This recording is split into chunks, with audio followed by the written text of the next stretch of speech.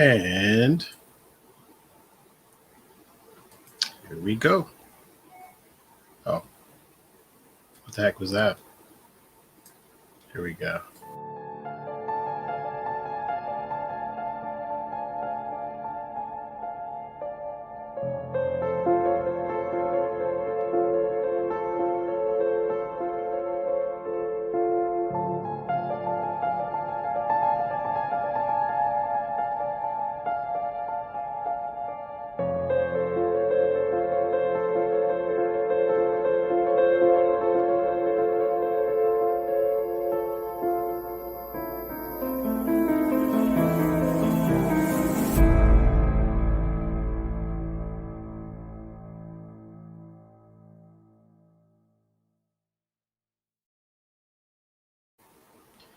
Good evening, everybody, and welcome back to another P.M.A activity show with myself and my esteemed colleague in Travis Short.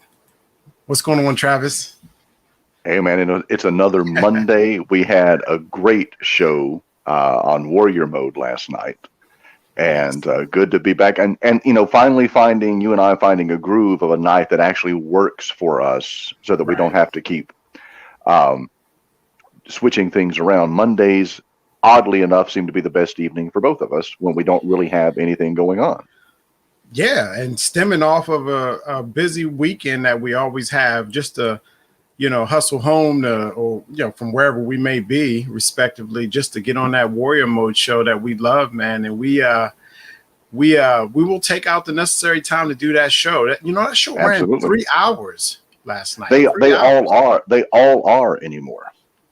Wow, it was insane, but it was worth it to have. It was. Dave Schrader. Dave Schrader from what's that? The Holzer Files, right? Holzer Files. Yep. Yeah. So it was great to have him on. Great individual, man, and he touched on a lot of things.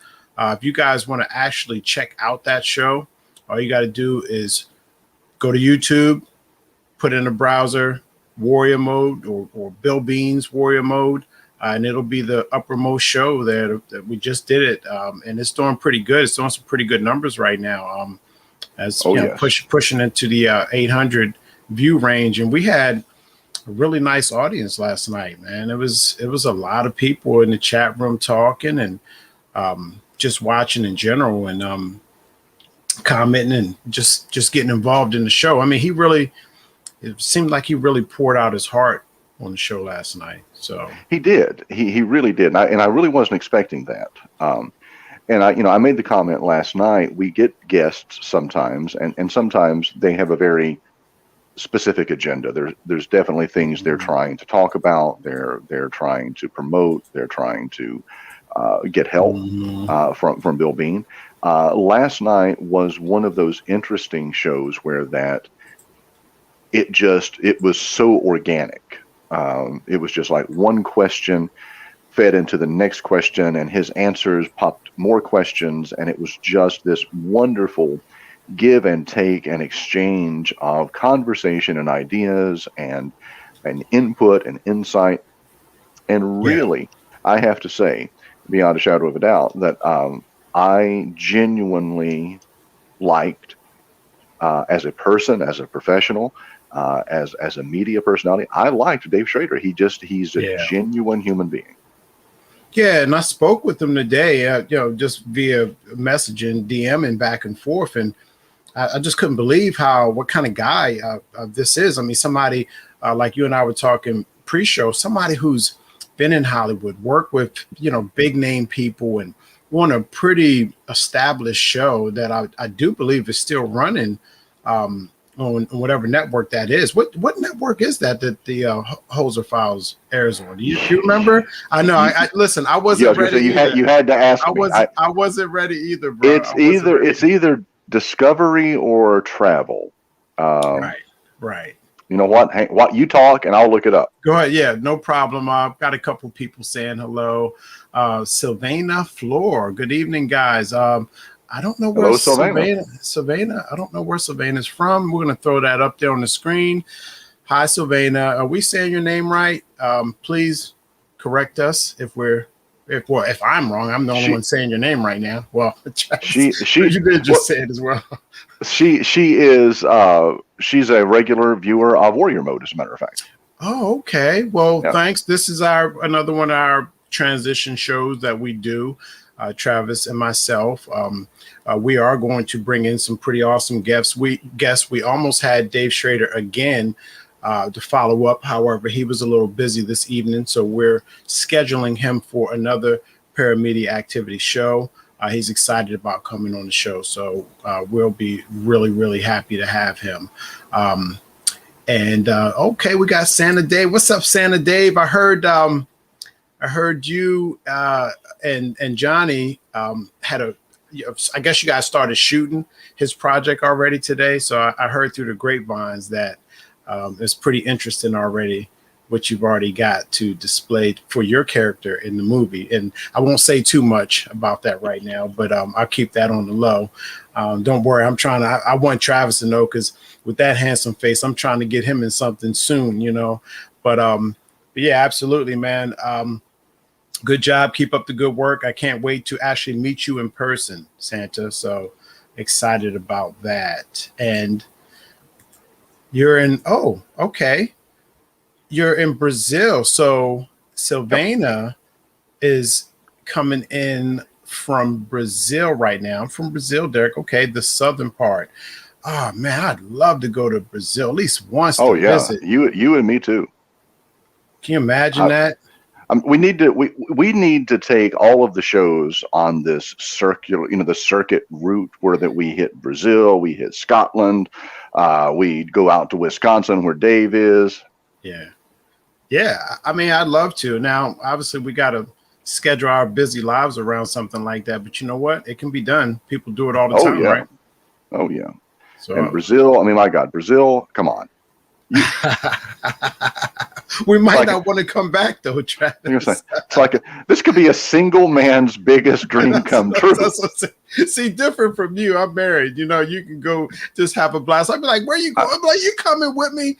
Are you coming with me? I'm like, Travis, look, no, I can't go, bro. I'm staying in a hotel.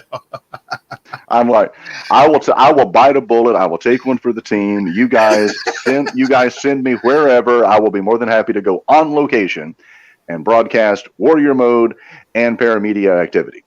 But that's the great thing about it, is these are traveling shows, and I don't mean to call us circuses here or sound like circuses, but it's what it is. We can do these live feeds from anywhere. Thank goodness for the technology that's available to us. We can do these shows. You can be on location. You saw what I did when I was up Wellsville, New York, and you guys were, Yep. We were, that's the great thing. Even on, tonight, you're in Maryland, I'm in Kentucky. Sunday nights, you got two of you are in Maryland, I'm in Kentucky, Kev is in Scotland, and then our guests come from all over the place. Sure. And look what they're chiming in on. I mean, right now we're just having general conversation, just reintroducing the show, getting familiar with our audience. As you can see, Sylvana said that would be awesome if we went there and traveled. She said, look, there's lots of balls of light there. So obviously she knows exactly what we do, what we talk about, what we try to help people out with. And obviously we were going to get into that. But again, it's been a little while, not for us, because seems like we see each other like damn near every day now. But it's been a while since we fired up this show, just a couple weeks. We knew it was going to get busy. You said you were going to be booked pretty heavy, graduations, you name it. There was a lot of things going on. Since then, that time has simmered, busyness has simmered down a little bit, and we're back into our normal grooves of life. Same here. A lot of filming out there with that league that I cover, and and it's just good to just be back and be able to do our show.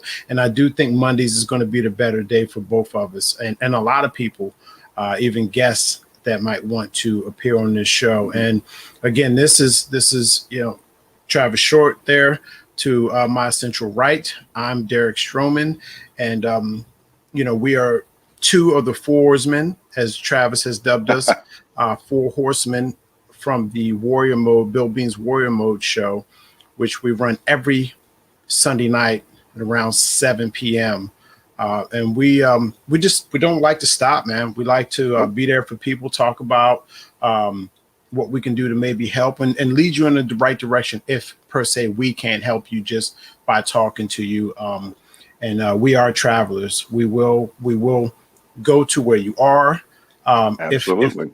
If it makes sense, or if that's something that you would actually like us to do, or again, direct you in the right direction to seek out help. So anyway, other than the normal stuff, a great Warrior Mode show last night. What's going on in your world right now? Any strange and unusual phenomenon taking place, or is things pretty much under control? Things are actually pretty normal right now in the sense of paramedia, paranormal activity, things like that. I will say I've been working hand in hand with the Tourism Commission here in Laurel County, and we are actually in the process. This past weekend, we did hosted our first Bigfoot expedition. We had a Bigfoot expert from Louisville come into Laurel County. He did a lecture, he did lunch, and then he took everyone on a Bigfoot hunt to show them how to actually track and look for signs of Bigfoot or Sasquatch. And on the weekend of July 9th, I actually have some very good friends who are paranormal investigators, Lee and Patty Allen, out of Cincinnati, Ohio, a little outside of Cincinnati. They have Paravisions Paranormal Investigations.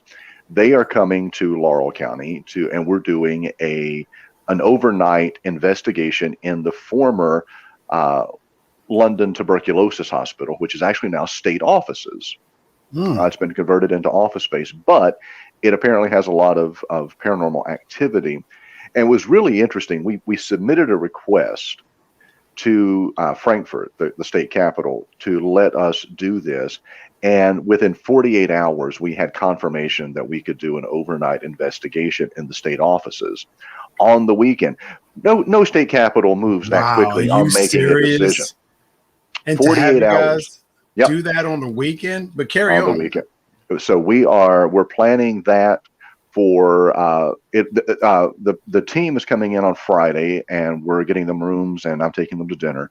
Saturday, we're going to show them around different areas because there's some other spots we want them to investigate. So we're looking at probably 4 weekend investigations, and we are actually selling tickets for these investigations.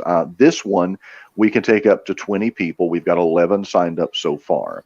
So we can get about 9 more people in this. Well, actually, that's not true because there's 3 more. So we're at 14. So we can get about 6 more people on this particular investigation. But it'll run from about 8 o'clock Saturday night to about 4 o'clock Sunday morning.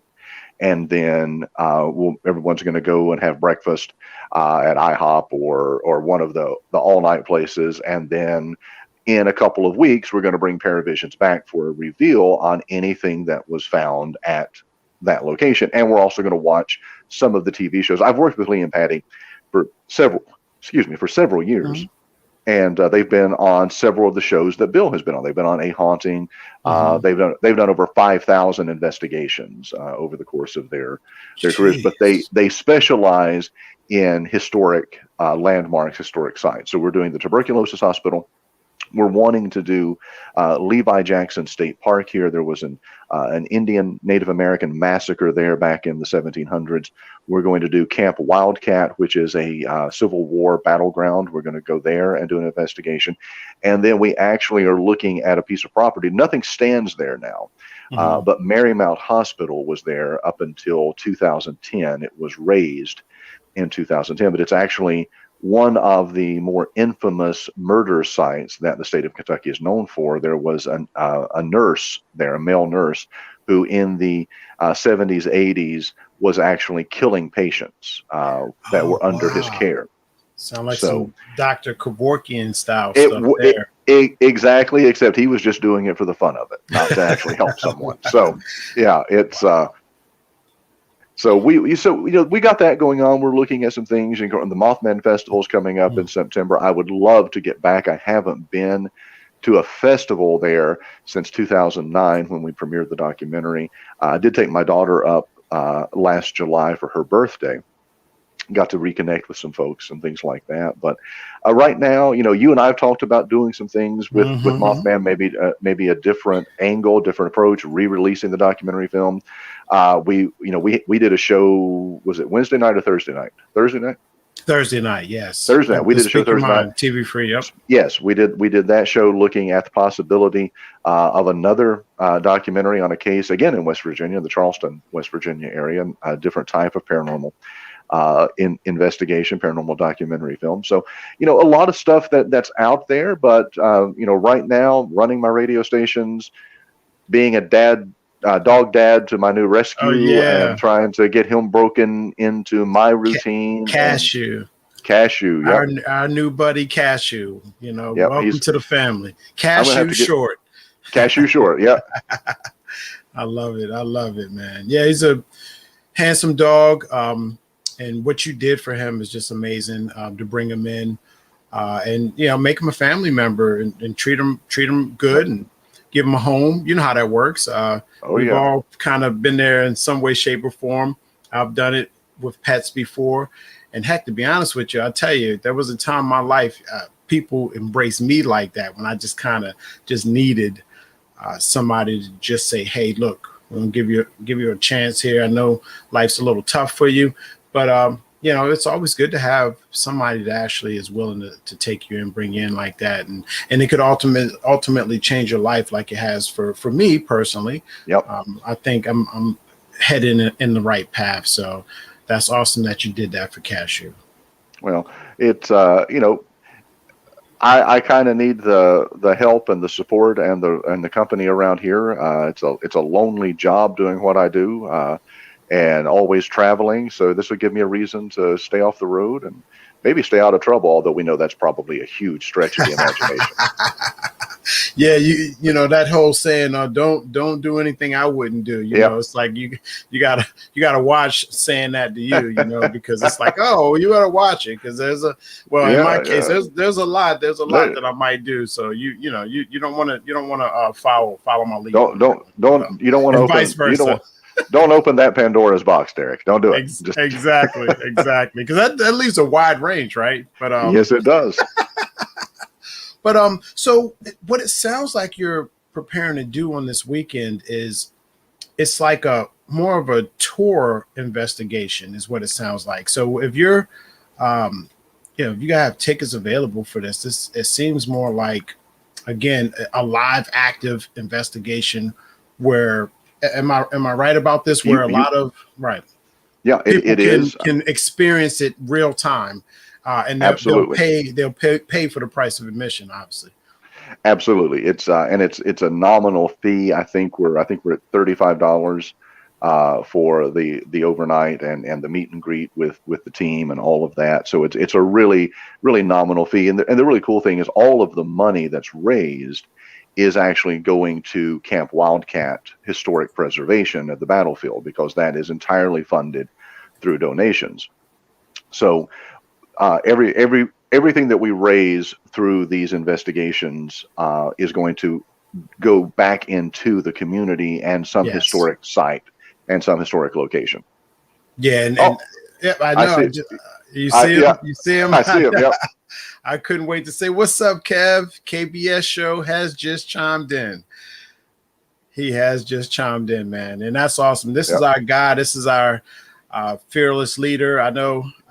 Yes, he is. Bill Bean is absolutely Bill Bean. There's no topping Bill Bean, but I tell you what, Kev Baker is running a real close second place with that man, as far as what he's able to do and how he keeps us all gelled together. And, we have to acknowledge him for that.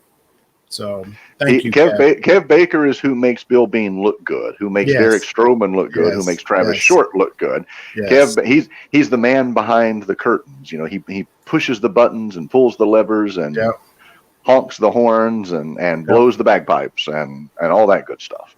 Yeah, and it's just great. It's just great to have him around, somebody who's just a true warrior. He battles constantly with everything he goes through health-wise.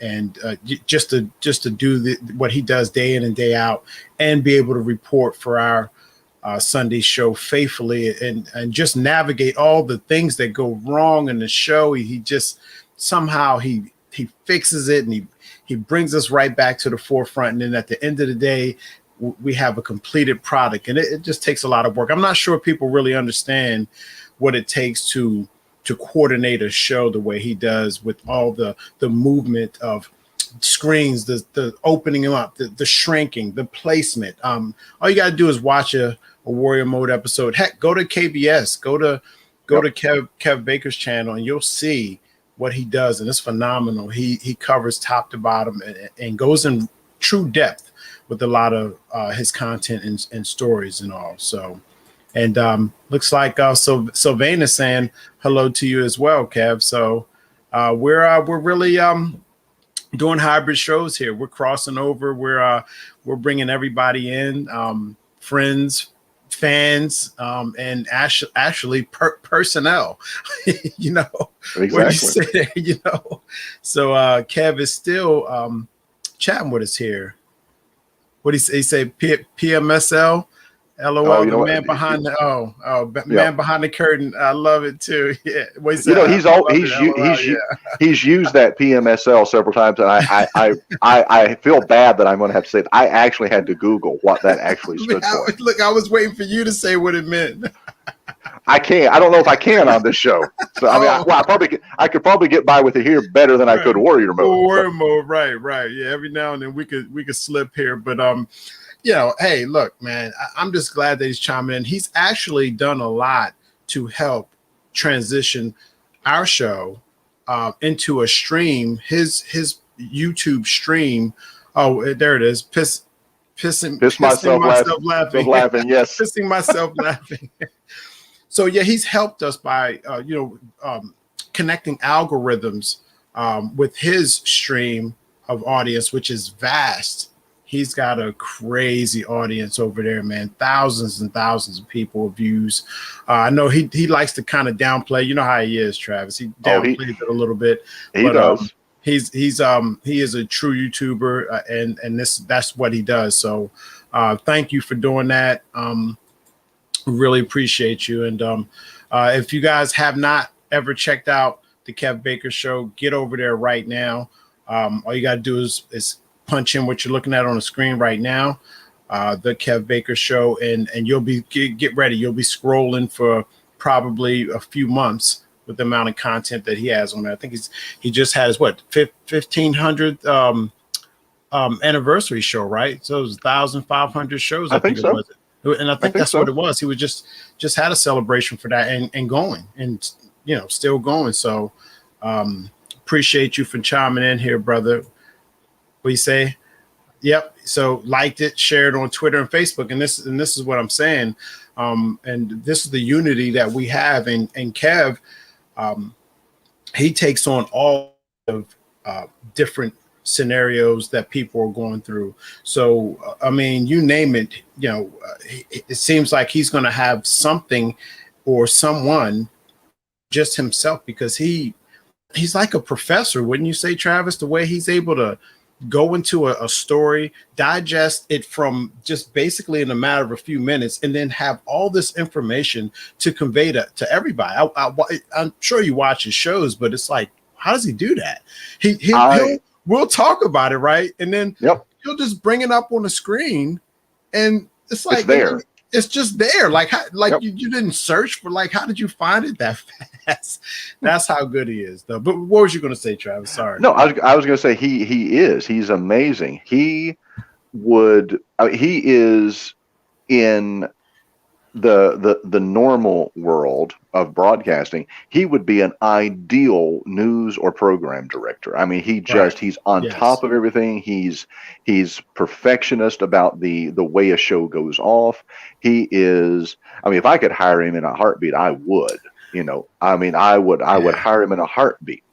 Yeah. But he does such a good job. And by the way, Hosier Files is on Travel Channel. I did look it up. It took me longer than it takes Kev Baker to bring up any damn thing, but I did find it. Travel Channel. Yeah, yeah. I actually should have kept that shared screen up. I could have been looking myself here, but yeah, thank you for that. And big shots out again to Dave for being on the show, Warrior Mo show last night. It's a great show. Really looking forward to getting him back, and Yes. that would actually be a good guest for the Kev Baker show too, to get him on there. And I'm pretty sure Kev's I probably already I thinking was gonna say, about I'm sure he's already reached out. You guys were such it. fanboys last Fanboys, night. You reminded me of Wayne's World. We're not worthy. We're not worthy. it was bad. It was bad. Even Jay Roberts told me that. He was like, "Yo, you guys went all fanboy, did you?" And that accent. That accent is, yep. They have that accent, and yeah, we did. We kind of went a little fanboy last night, to be honest. I love it. I love it. But when you take into account, we get Dave Schrader, Lon Strickler, Stan Gordon, Bill Bean. I mean, this caliber of talent, and they are talent. They're also real life, human beings. But you take those individuals and the media savvy that you and Kevin and I bring to the table, and our shows, and I'm bragging here. Our shows could be good. I mean, we're like, we're getting to that level of a Coast to Coast or a Midnight in the Desert with Art Bell before his passing. I mean, we're bringing that caliber of guest. We're bringing those types of individuals. I mean, yeah. I was telling Kev last night, I plan on getting Andrea Perrin to come on. She is the oldest daughter from the first Conjuring movie. She and we've been friends, I guess now 7-8 years, not long before the movie came out. Interviewed her, been on shows with her. I'm going to bring her on. We're going to try to get Nick Redfern on, Warrior Mode and Kev Baker and this show. There's a lot of potential out there. Yeah, and it's just good to be a part of it. I'm not even going to kid you, bro. Like you're right. The fanboy, it's probably not the last time you're going to see its appearance, because look, I mean, this is what we dreamed about, and obviously I included you in the we part, but right. This is what I dreamed of, right? Because you understand what I'm saying. This is something that, think about it, all the hard work we've put in. You can call it what you want. If you're sincere or not, and you really want to help people, or you were really that individual that wanted to get out there and become a not so much a public figure, but a broadcaster or announcer or somebody to cover something, whether it be sports or, like we do, media content, paranormal. We can talk about any and everything. Well, this is what I dreamed of, to be around these kind of people. It's something that you have to work towards. It just doesn't come out the blue. You don't just wake up and have a Dave Schrader, and have a conversation with him where he's telling you internal deep things that matter to him, and it gets him choked up in the conversation. These guys get on shows and they just say a couple little things and give the host what they want real quick, and then it's like, all right, I gotta go, I'm a busy man, I gotta go. This gentleman didn't do that. He didn't put off that kind of vibe whatsoever. So it was much appreciated, and I just love, man, as busy as Kev is, man, I'm just really surprised, man. I'm honored by this, Kev, and I know Travis is, but absolutely. He said, what he said, I'm telling you guys, we just need to keep chipping away and we will smash it into the big time. And I agree with him there, Travis. Oh, absolutely. And I've had Nick on once in the past. So this Nick, he has one of the best shows I've done. Nick is a legend. He is. So, to have great guests, talk about stuff, and look how we win at the end. We help people. The end of those shows, and after Bill does his prayer list, I mean, people, I feel exhilarated. I started my Monday great. Monday was fabulous for me. I had a good day, and it was busy. It was busy out there, and there was all kinds of nonsense going on. But because of that fresh start, and you just, how he does it though, Travis, and breathe in, breathe out, hold it, exhale. And I tell you what, I'm focused when he's talking like that, and I'm letting it out the way he's explaining. And I tell you what, It works. It works for me. And I appreciate everybody. I appreciate, Bill, I appreciate you, Travis. And, I just think our unity is something to be paid significant mind to. And looks like Tim is here. If everything is ready here on the dark side of the moon, play the five tones. What are you talking about, Tim? This is Tim, who I was trying to bring into the feed. Are you at in a position where you can talk? Accept the link here, Tim, and come into the feed? I'll put that question out there and wait for a response. Kev's defo works. What's he saying there? Defo? You know what that is, Travis? Probably. What's in reference to? Oh, okay. Definite. I think it's abbreviation for definitely. Defo works. Okay, got it. Forgive me, Kev. Or that's maybe. Yeah, I think that's what he's saying there. I think that's what he's saying. All right, sent you the email. Okay, let's see here. So let's see if we can bring in Tim real quick here. Stand by 1 second here, Travis. I'm good. Let's see here. My new companion is asleep at my feet. I'm just chilling with you and having fun. Yeah, and we're not going to go too much longer. Yep, I just got the email. Hang tight.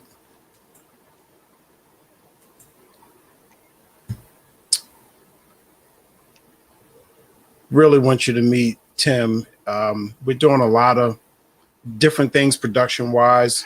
I'm going to tell you, I really enjoyed Johnny Lang. Yeah, Johnny's cool. I really enjoyed him. Yeah, he's the man. I sent him a friend request before that show ended. I'm like, I need to connect with this guy. No, he's awesome. He's another person that does a lot of charity stuff, really about the community. And somebody who you can, stand by you through thick and thin. And there needs to be more people like Johnny Lang around. He was great. And he's funny guy. Yep. Let's see here. I think that should do it. Now let's send him the link. So we are back. Our brother Kev. What you say, Kev? Bill's prayer. Oh, defo works. Yep. That's what he was saying. Definitely. The prayer definitely works, Kev. And you guys see me, man. Sometimes I just fall right in. It's almost like, I'm in the chat room and can't nobody see me. It's like, no, Derek, you're still visible through your camera. We see you over there. See you over there praying, bro. And, I'm not really that guy. I'm not that guy, Travis, that, go to church guy. That's not me. I'm not not like when we were kids where you would get on your hands and knees and pray. You remember those days? Oh yeah. I'm not that guy. I don't go to church. So when I have the opportunity to be around Bill and you were a minister at one point, so you know what I'm talking about, to what it is to have faith, and then also what it is to actually kind of lose faith, right? So you lose faith, and then you're trying to get it back some way, shape, or form. And it's not exactly that easy, No, it's not that easy. So I think that's what helps our connection with people is we understand that it's just not easy out there for you. I think that's something. I look at you a lot, Travis, and I see you doing that. Go ahead. I see you doing that. Well, I agree. You got really loud, and my phone, I think, is ringing. We got. Oh yeah, I hear it now. We got Tim here now. Yeah, I could hear the feedback. Yeah, and you got really loud, and then my phone started ringing. So I apologize for that. It doesn't tell me who's calling. That's odd. And there's not even. It just says incoming call. There's not even a number or anything. That's kind of strange. We bring in Timberwolf and we start getting paranormal activity. Great. Yeah. There we go. What's up, Tim? How you doing, brother? I'm doing okay. Am I coming through clear? Yeah. You are. Yeah. Good. All right, so I you don't want have a to. lot of background interference from my mic or anything? No, I mean, are you hearing any No, background, Travis? nothing, No. not a thing. But I'm practically deaf in one ear and blind in an eye. So I mean, don't ask me for any kind of feedback on production quality. You're almost you're half of Tommy, halfway there to Tommy. Exactly. Yeah, I'm kind of like if I wore an eye patch, I could really do kind of the aging pirate thing. You know, it's just that's funny. too many cannons thundered.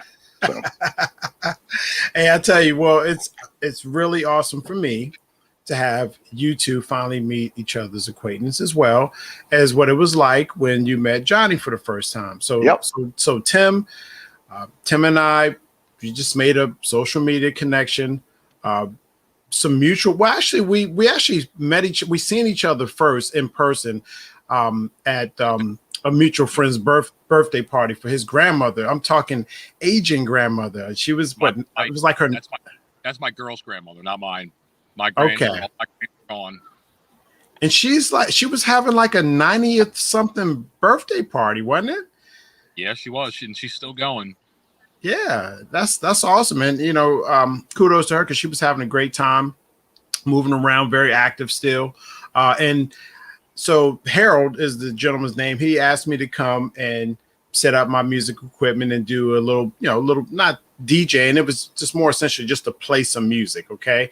But I was struggling, and Tim was there in the crowd, and I didn't, we never met, so I didn't know who he was, but he could detect just something going on with my sound. He could see me over there fiddling around trying to figure it out. Anyway, he finally just kind of broke the the silence, the proverbial silence of him allowing me to go through that without doing something about it, because he is / a lot of things, including an engineer.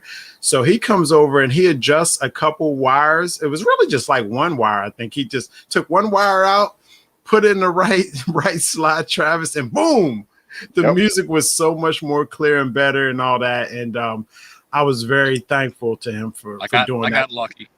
He got lucky. Sure, he got lucky. Sounds like Kev Baker. He gets lucky with making everything come together. Well, there you go. That's a perfect example, and it's very hard to compare anybody to Kev, but that's essentially what Tim does for us. Johnny, myself, we work for another movie production, film production company in Star City. He does the same thing. He comes in. I mean, he knows geographical locations. He can tell, the invisible clock, what's happening in this direction and what time it's located all over. That's what he does, man. And believe it or not, it helps when we're losing the drone. Where's the drone? There it is. It's right there. It's like 1:30 in the sky. Like, it's like, oh, there it is. I mean, he does that kind of stuff that I'm not quick enough to do that. And that's just beginning with, just scratching the surface rather of some of the stuff that he's able to do. And he knew about this show, our Paramedia Activity show. And he said, you know what?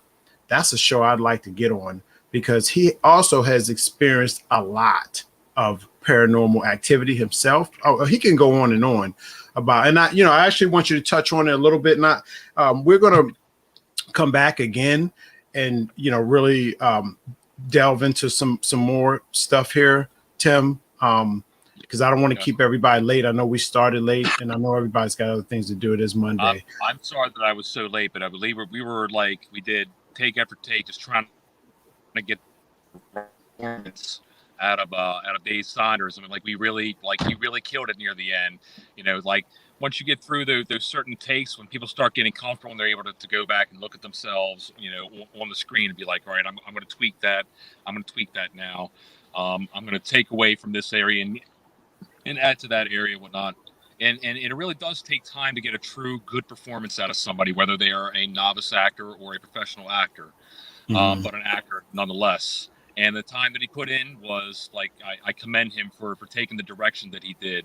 And Johnny Lang, giving us the story to work with, and as well as the studio and the platform to kind of make things become cohesive. Like his studio is, we're doing a lot of different things in the studio, everything from, his artist series to the Johnny Lang show, and then the little food segments, but also, anything and everything that we can film in his studio. So if we can't control temperature conditions or lighting conditions someplace else, it's easier to go into a studio, and if necessary, throw up a green screen and start doing things like that. So I'm thankful for the opportunity to work on the Johnny Lang show, and also to be here right now with you guys, because I've always been Johnny has said in the past, like, he wants to do just a segment just on what he calls conspiracy theory and all that, and I'm not about conspiracy theory. I'm more about the factual things that I have come to learn over the years, after digging and not just taking the face value of whatever the government says or whatever the History Channel says, because I kind of feel like the History Channel in a way is a lot of times behind where I am in my studies and with the information that I found out or come across.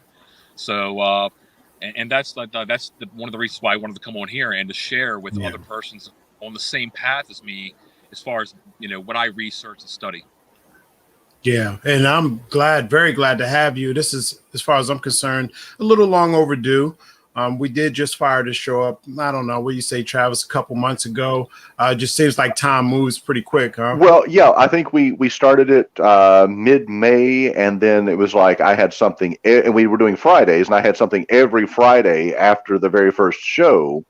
So yeah, it's been about a month ago. Right.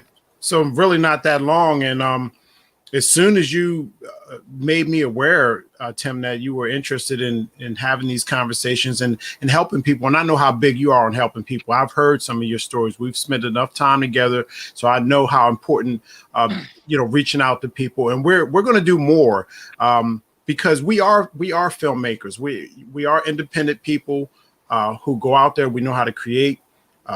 We know how to create things, but we also know how to capture what's actually happening as well. And I think that's, I think you know where I'm going at with that. That's what we want to do. We want to be able to, at least, even if we started locally, because Tim and I, we're from this area. He's probably not even a good 5 miles away from me right now. Where are you at, Tim? I'm in Green Man. Okay. So yeah, you're not even that far away. So, people that know us and they're possibly watching the show, they could always reach out.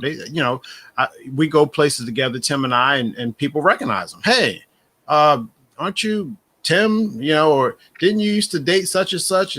So I did get a lot of that because of the band scene, because I spent a lot of time in the band scene here in Baltimore and in Dundalk, as well as in Delaware and Virginia and Pennsylvania. So yeah, I made my rounds in the music scene and met a lot of people, and snapped some pictures of faces in my mind, and just like everybody else does, and with my appearance, clearly it is, you don't really forget me after you see me, with my hair and my height and all that kind of stuff. So what I kind of would like to be known, as a multifaceted kind of person who is able to, lend to be in the area of music, or be in the area of film itself, and on all areas. I like architecture too. If I had the ability to design a building or a house, I would do that. But that's just a bucket list kind of thing, like a lot of people have. But it's a good thing. It's a good addition to add to your bucket list. Again, what are you doing? You're building it. That's what we like to do. Think about it. Creating, putting something together, formulating things that can last on and on, right? And it's what I'm about. I mean, you look around my room here, everything is predicated on growth, something to create something else that can last a lifetime, possibly. And that's, you know me, Tim, and Travis. You've been around me long enough. It's just who I am. I mean, it might drive our spouses a little crazy. It does mine. You, as far as you, I know you're good. I knew you were going to go there, but go ahead. No, go ahead, Tim. No. My girl supports me like 1,000%. It goes beyond 100%. She wants me to be happy in the things that I do. Like, I want her to be happy. All of us work jobs. We that we're unhappy at. You get miserable, you get stuck in that grind. Then eventually, somebody in your life makes a difference and says, "Hey, why don't you leave that place? Why don't you go do something that you like and try and make yourself happy?" Because it really sucks watching you be unhappy all the time, going to work and then coming home and being unhappy. And it really took her pushing me to like chase the dream of actually making film. When I was young, I really wanted to be a special effects artist. And back in the day, like, and I touched upon this in the Johnny Lang show, is that, when we were younger, we didn't have YouTube to be able to learn how to do makeup effects or latex application, working with silicone, how to do mechanics or robotics, radio controlled servo motors, all pertaining to special effects in general, whether it be practical or makeup. So we had to go to the library and we had to look up, try and find any book you can. I've tried to find any book I can on special effects, and eventually I found books on movie making as well. So then the balance of those two together and how they both, coincide with each other and complement each other, became my focus later on. Like a lot of us were a lot of film fans. I wanted to be involved in the filmmaking. So now, I'd still love to go to a special effects school. It's never too late, and it'd be another, another thing that I can put onto my resume and feel confident in. But just the filmmaking process, I always wanted to be involved in filmmaking somehow. And life grabbed hold of me like it grabs hold of everybody else. We all do this job we don't want to do. And then somebody says, "Hey, do something that you love, or, try and be your own boss." And then, like the three of us here, we're being our own bosses, and we are, kind of forging our own way. When you start forging your own way, you feel a bit more accomplished, and you feel less like other persons can't tear you down as Sure. because when you're working for somebody else, you feel like you're just somebody else. Yeah. And then when you start forging ahead and starting to do something for yourself, like I'm getting to do now, which I'm so thankful for, and having the my girl helping give me the platform to launch in any direction that I want. Yeah. I'm very thankful for that, and that is one of the positive things that I have in my life, despite all the negative things that I've witnessed or gone through over the years. Like I've talked to you about in the past. There, some of this, some of us see some heavy stuff. Some of us experience some heavy stuff. Others don't. But then we're here to kind of like steer them away from that heavy stuff, that heaviness that we encountered, so to say. Well, how do you deal with it? I mean, I know a few things, recent things that have happened to you, deaths included. So you've been pretty battered up here, to say the least, here over the last few months. But you seem to keep bouncing back, showing resiliency. I don't know how you're able to do it, but I think that this is one of those platforms that actually talk about it a little bit. It really is just like anybody else. I would say the same thing to somebody else, man. I don't know how you do it. How do you juggle? How do you balance? How do you find balance? How do you find peace? Because I'm not accomplished at it. I'm a student of life, just like I'm a student of percussion. People told me in the past that I'm a really great drummer, that I do next level things, and I've had a lot of bands out there want me to play with them. But I'm not one to pat myself on the back, because everybody else has the same abilities and the same talents, just perhaps in a different area, a different genre, whatever it may be. So that this thing about patting yourself on the back has gotten to be too much of a thing in the past so many years. And rather than pat myself on the back and say, "Hey, I've learned everything I can and I'm a master of this," or it pays to continue to be a student. I will always be a student of percussion. I want to continue to learn, because as evolution, just like with evolution, music evolves, movies evolve, the paranormal the paranormal world evolves. We become more in touch with that. Like this, I mean, this topic that your program is based upon. The more we learn, the clearly the further we get in our evolution. Well, we're definitely not at that type 2, type 3 civilization where we really should be right now. And with the help of some other persons and some outside technology, we will get there, in kind of playing catch up. There will be a catch up mode that we will be in, and it's going to be kind of a learning curve with the technology that we will eventually have at our fingertips. So you've been paying attention to a few things. Do you know, and have you heard of the CERN device? Do you know what that is? Yes. Okay. CERN, they have cleared and everybody knows in the news, they have the Hadron Collider, which is a large, giant electromagnetic ring that is able to accelerate a proton to the point of beyond the speed of light. At that point, you're breaking what are called quantum physics, if I'm correct saying that. Mm-hmm. And what they have done on a small scale, on a privately funded scale, not funded by a particular government, but by individual countries and private sponsorship, they have opened little tiny doors to other dimensions and been able to look through and even affect something on the other side. But that's on the kind of like the civilian scale. On the higher scale, on the governmental or military scale, they've clearly been doing things a lot longer than CERN has. And CERN is one of those things that I really believe. Like, have you heard of the kid on YouTube that said that he believes that in 2012 CERN had caused a butterfly effect? And a butterfly effect is something that we hear about when in regards to traveling time or crossing dimensions, and when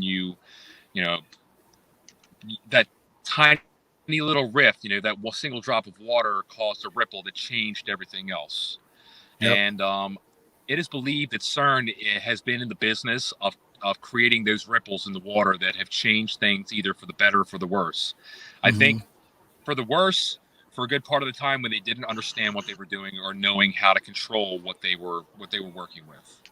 Clearly, other governments, our government has had control of it. If they were playing around with the Philadelphia experiment back in the 70s, 5 to 10 years later, they had it figured out. If they had a crash, suppose the so-called crash in Roswell, which we all know happened, the 2 crashes in Texas, in Arizona there. I'm sorry, in New Mexico.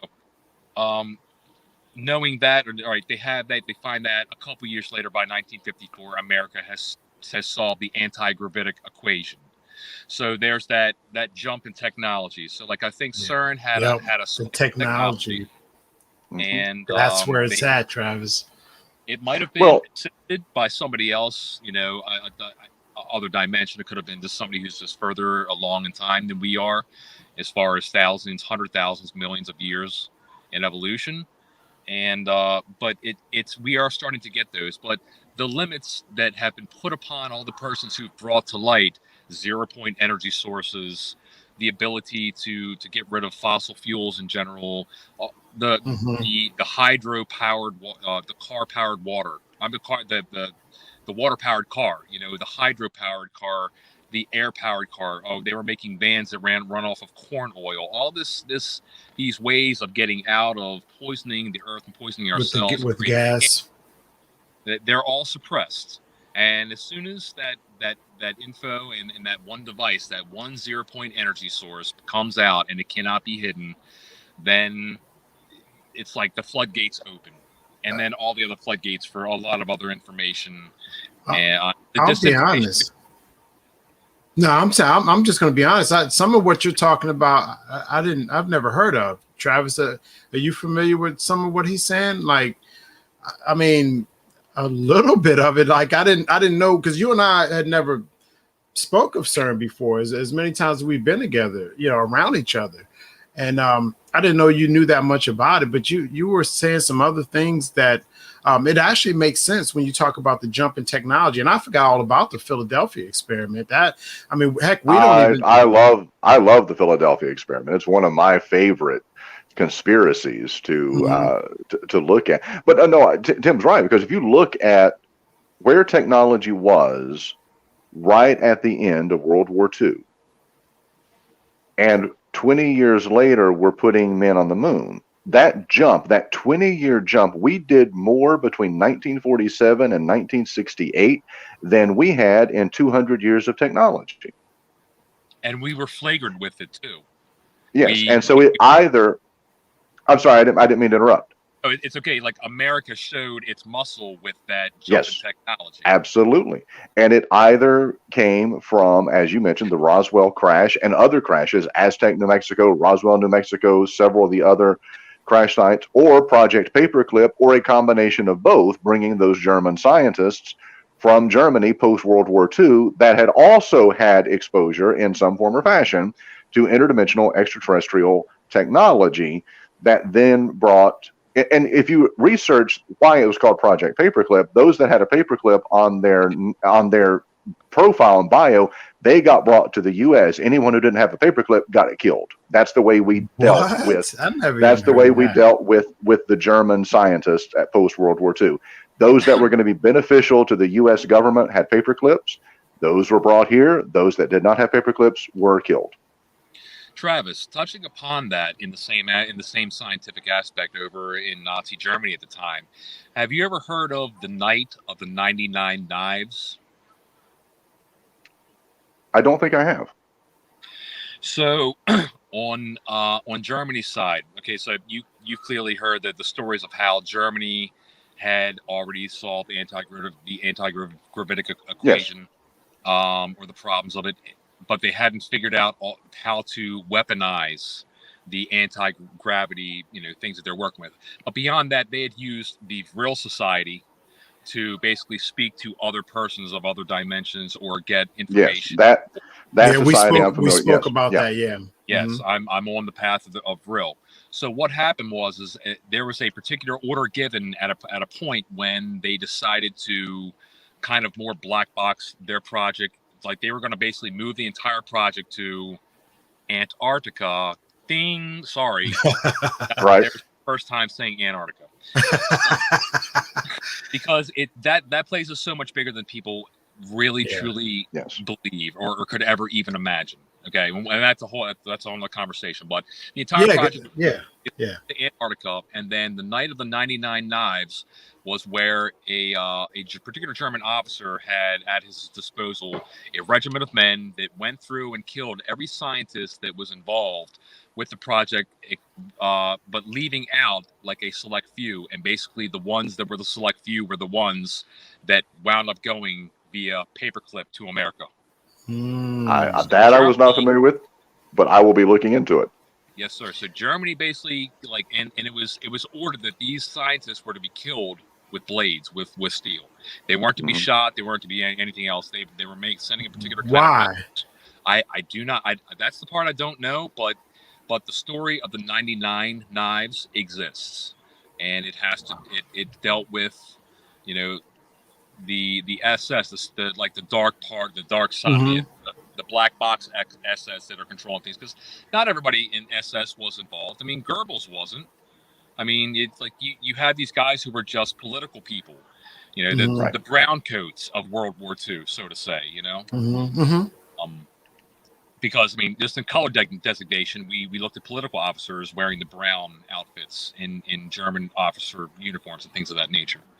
But that tying in, and plus also with Werner von Braun, he really changed the game over here. And then eventually he developed cancer and died. But what he did do before he died, he had a personal assistant, a female personal assistant he was very close with. And you may have seen this in an interview, either online or maybe on TV before. But before he died, he relayed to her the steps that America has. There was a plan in place that literally spelled out the Cold War, then going down south in Guatemala for something, meaning drug trade, drug trafficking, then eventually a war over supposed oil, and then a war over technology. And he said it's supposed to happen in a steps process, and it is meant to happen like this because it is set in time or something of that nature, that America has to follow this pattern that is laid out before them. It gets really, really deep. Wow. But I forget her name. She's a blonde-haired woman. But Werner von Braun confided in her that there's a big plan in place, and they are going to go through the steps. Even 9/11 was part of the plan. And again, it's another topic of conversation that I can go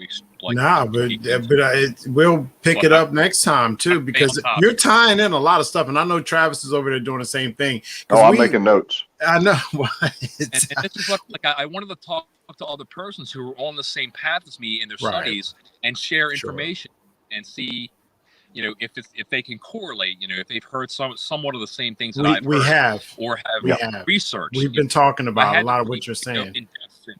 Yes, thank you. Please. No, go ahead. No, go ahead. Go ahead, because what some of what you're saying, and Travis knows, because we're on the warrior mode, so it seems we don't necessarily skip a beat, but what it is we have so much to discuss in the show, Tim, that we move on. If we got a guest, we'll talk with the guest, and then the guest is giving us their insight, and then Travis will do a lot of what I'm doing. Kev will do the same thing. We'll just try to connect some of the dots, because that's really what we're trying to do. Some of what you just said, it helped connect a few of the dots that were essentially missing from some of the conversations. Now, do you agree with me, Travis? Do you understand what I'm talking about? No, absolutely. We've mentioned. One of the things is no single show is long enough to touch on all of the topics and how they interconnect.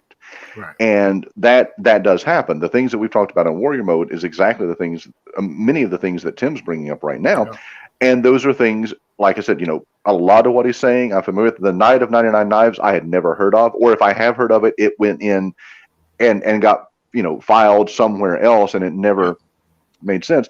But Nazi Germany, especially, and Hitler's obsession with the occult and spirituality of every culture has always fascinated me. And the way that he incorporated religion and pageantry and drama and theatrics and storytelling in all of his rallies and all of his speeches and all of that, he was.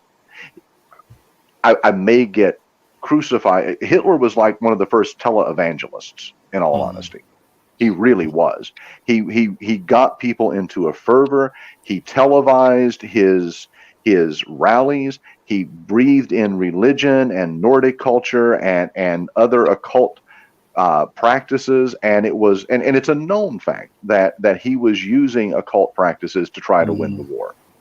And I've always said, and L.A. Marzulli, who's a good friend of mine, an author and expert on Nephilim and UFOs and extraterrestrials, he and I have had conversations at length on his shows, on my shows, that what Hitler was doing with the Holocaust, that term itself, it has a religious connotation. It is a burnt offering. It is a burnt sacrifice. That's what the term Holocaust means. What Hitler was doing was offering up multiple human sacrifices to achieve his ultimate victory and world domination.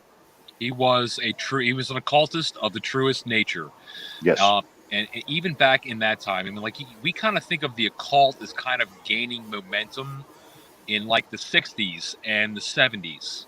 When you look at movies and you look at books and things, you start seeing how the occult or Satanism kind of gets this little bit of forward momentum out of nowhere. And then then movies capitalize upon it, music capitalizes upon it, Devil in a Blue Dress is just one example of music, so like Travis said, he was absolutely enthralled with the possibility of absolute power and a power that was more magical and dark and sinister than what. And as you were saying, Travis, to touch upon the sacrifice, the World War II war in a way was more of a facade that Hitler was working and his team were working behind, trying to develop their tech to be able to assert world dominance. And they were able to create the Hannibal or Hanabu, however you want to say it, which was basically the first human-made saucer or disc-shaped craft that was able to defy gravity. And what we're talking about defying gravity is just simple physics. All it is. And that came up before. Anybody who has two magnets at home can create anti-gravity. Yes. And this is the Yep. biggest thing. So, and people are like, well, how does this work? Well, the Earth has a pole, whether it be north, whether it be south. What happens when you put north and south together? What happens when you put north or south and south together? Right. And then you force and you push. Well, what if you turned up the amperage on one of them? If you turn up the amperage on this north compared to this north, what happens? Be able to push it up. Yeah. And then you can let's direct that attenuation. They're called attenuators. Let's angle these attenuators this way, so all of a sudden we're going this way or that way. You know, we've actually created that already. I mean, we have, stuff like that right now, right? Am I not mistaken? Yeah. The fact that they hit that back in the early 40s. They were doing that in the early 40s, and like you said, like his quest for the occult wasn't just in the latter years of, where the war was starting in 44 and 45.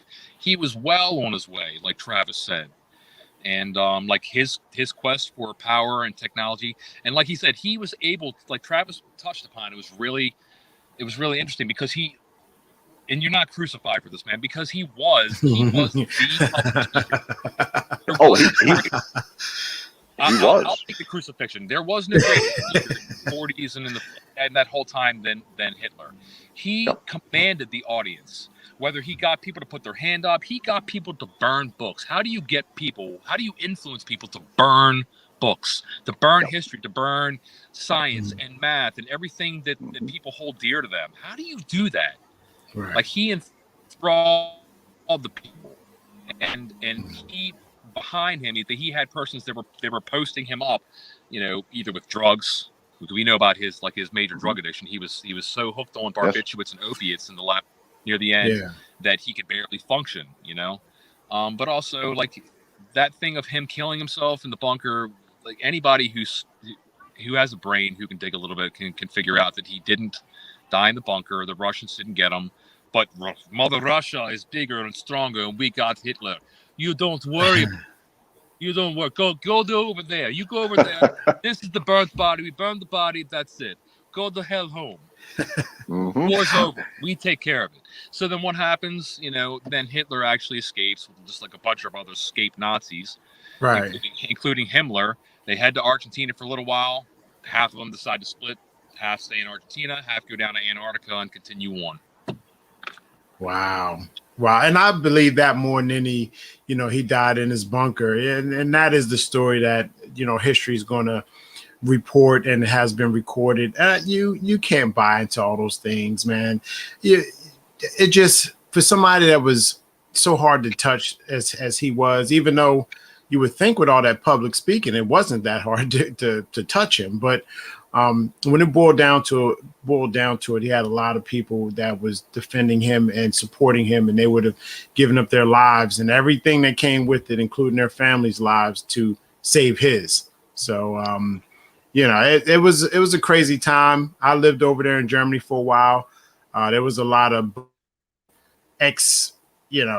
Third Reich Nazi, people who actually seen, like, they were other people's family members. I mean, this was a serious thing. I mean, it's almost like when you talk about, Far Asia and, all these countries have had dictators and just true sadistic leaders. And they, to be honest with you, they really don't like to talk a lot about it. You know what I mean? So that's what the vibe that I got when I was over there. It was, it was just a grumpy old man. And everybody, including the family members, stayed away from him and then you look and you see those pictures of them all dressed in their uniforms on the walls. And the home movies of them, the color home movies of them at the Eagle's Nest, when him with his German shepherds, him with, with the children playing, that was what, in a way tied, like when people saw that tied him and made him more human to the German people, the people who were following him, to be like, see, he's just a family man, just like you, just like your family. He just chose to take a stand. Well, that stand was the wrong stand. So yeah, well, I mean, that kind of evil can't reside too long anyway. But how do you feel about the way society's going now? And I know that's a pretty much not a simple question to just ask. And the look, he said that. Well, so down. from a professional standpoint, we're stalled. That's Yes. how I feel about civilization these days. About going out in public. I just feel like I see everybody in this kind of stalled. Like they've got momentum, and then it just kind of plateaued, and we've all plateaued in kind of like technology and religion. You have a lot less people who go to church anymore because they're, again, more spiritual and less religious because, again, like we have seen too many things in the sky on our own and have experienced too many other things to think that, like Bill Burr said, that there was a virgin birth, and that, that when that kid came out later on, that kid moonwalked on water, like that, like the great story that has been spun and woven, and every king that had the book added something to the great book of the Bible to make it work for him. And like, I just feel like, like spirituality has become a greater thing, and religion has become less important, because like a deity is just a physical form of that somebody just carved or is their mind's representation of that deity. Who knows what that god that they worship truly looks like?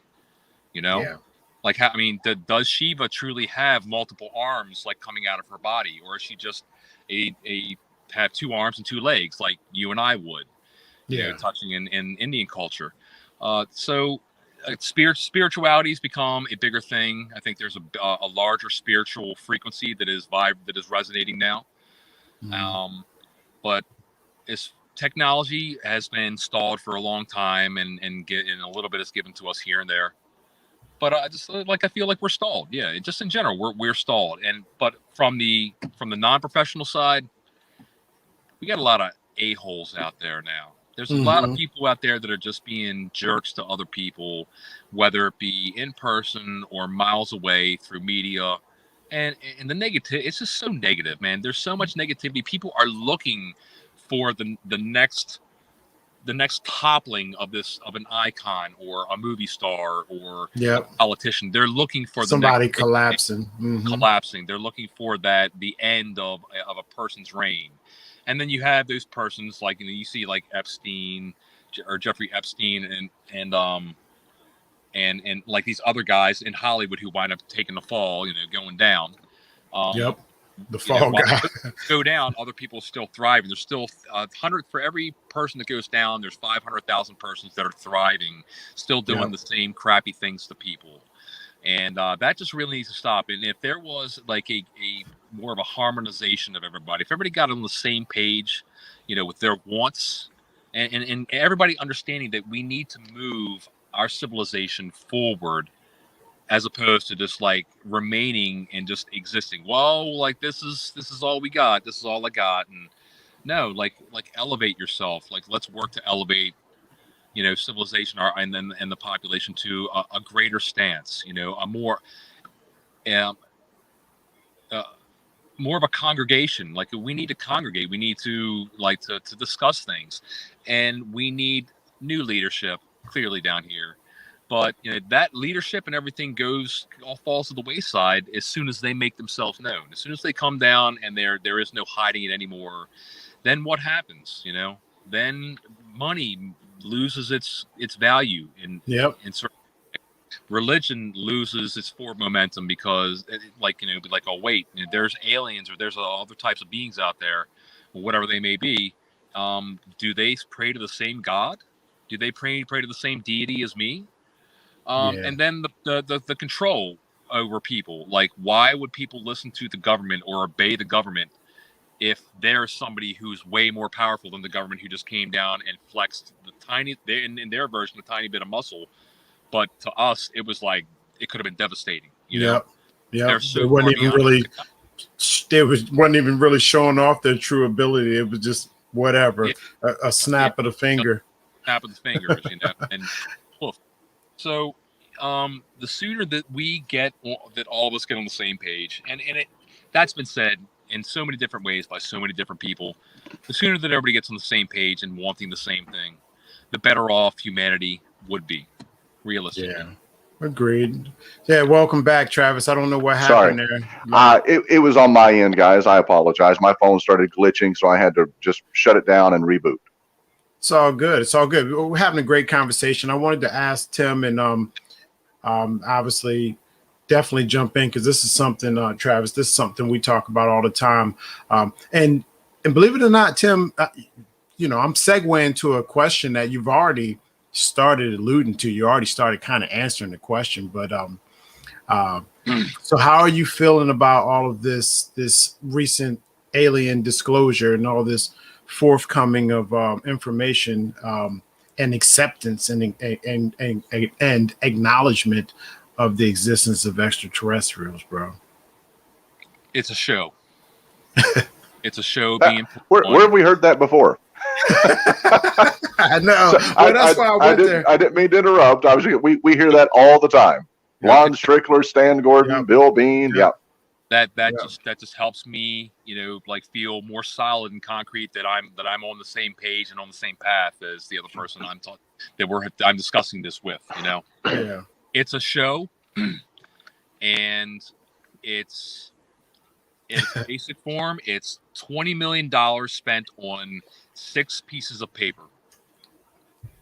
If you subtract the cover, the cover, and then the back piece, and then the actual prologue of going into the actual UAP report of them spending $20 million of saying, yes, there is something, but we don't know what it is still, which I can't, it's like I knew that one would get to you a little bit there, bro. Everybody else is be like, oh, UAP report, blah, like you guys are so far behind in everything, and they are just stringing you along and they're stretching it out a little bit further and a little bit further. That's what Lon them say. Yep, they said exactly the same thing you just said, almost word for word. Yep. It's a big show, and meanwhile, behind the innocent look of this bookstore, there's all this other sneaky, backhanded stuff behind closed door talks with senators, and they're like, look, you guys know this is 100% for real, but we can't let them know that, because what happens? We lose power. We need the public to know why they need us. Yep. I was just having that discussion today with somebody. And it's just, and I was trying to tell him, it was Jay Roberts too, by the way. I'll throw his name out there. My guy, it's our guy now. And, Jay's helping out with a lot. Jay's helping Johnny Nem, you're part of Nem, and I am too. He's helping us out. But anyway, we were having that conversation today about it's so much easier to separate us. It seems like we want so much to be together. And if all these corrupt people just stop being that way, we could be such a better society and more joined and working together. But what kind of sense would that make for them? That they don't want that. They need us guessing, trying to figure it out, confusion. That helps them more, because just think about it. And this is where a lot of people actually consider, hey, are you considering trying to overrun your government? Over in the UK, they hate their government with a passion. Okay, so in order to try to overrun a government, there are going to be a multitude of sacrifices. Okay, however, after all those sacrifices are made, the government itself is still heavily outnumbered, right? So they know that. They don't want to be put in a situation where everybody's all working together and they're the bad guys. And no, they need disruption, disorder, and confusion. That way they can do what they need to do, right?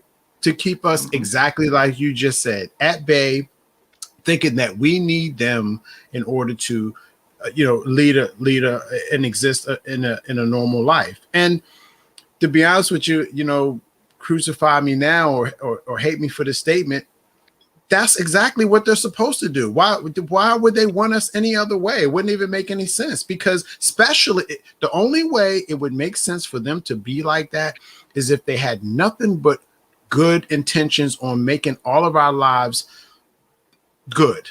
All right, for lack of a multitude of words I could have said, paying us properly, giving us a better quality of life, putting us in better situations. I mean, just relatively speaking, instead of taking more, and leaving you with not much to work with. Okay. That's what creates the resentment. Do you understand what I'm saying? So, I mean, it's, after hearing other people and other sovereignties and other nations complain about how bad it is over there, Travis, you hear how Kev talks about Scotland, right? I do. Yep. Well, absolutely. Jay's doing the same thing about Britain and Wales and London. They're living a miserable lives over there, and they would rather be here. Mm-hmm. Yep. Like touching upon that or adding to that, I talked with my friend Brice, who is from France, but who just moved back to France from Tokyo, Japan. And I asked him why, and he says, like, because he sees Japan going under.